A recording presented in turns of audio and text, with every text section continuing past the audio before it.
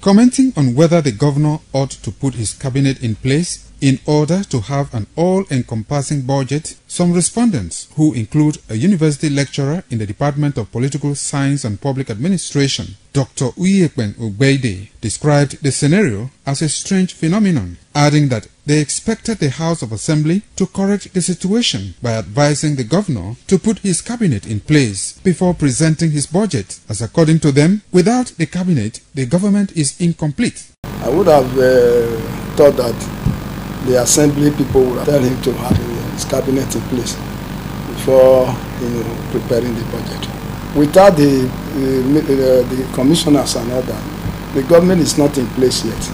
If the executive governor alone make a budget, he will not be able to cover everywhere, because there must be an interest from each community.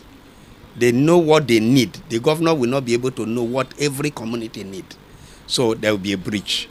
For that to be corrected, he ought not to present a budget without the commissioner.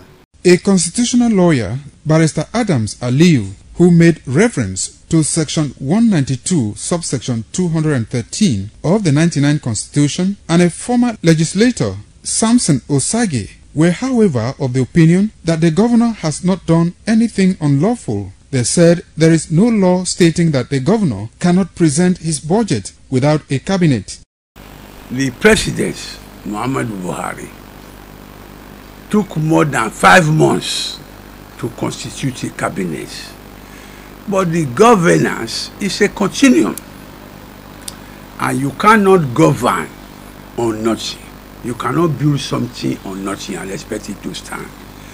So the governor can present budget to the people.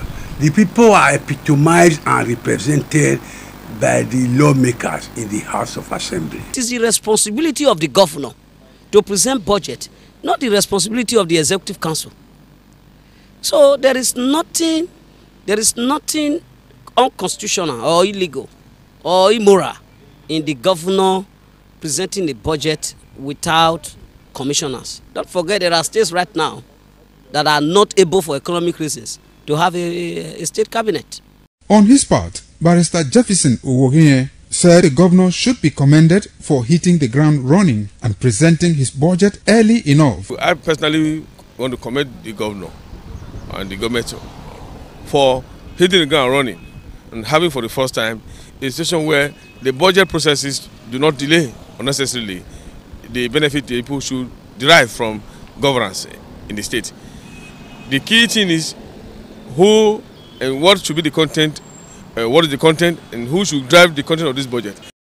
The presentation of the budget followed an earlier agreement by Executive and Legislative Joint Committee on the Edo State 2017 budget after all grey areas had been captured. Pius Nsogo reporting.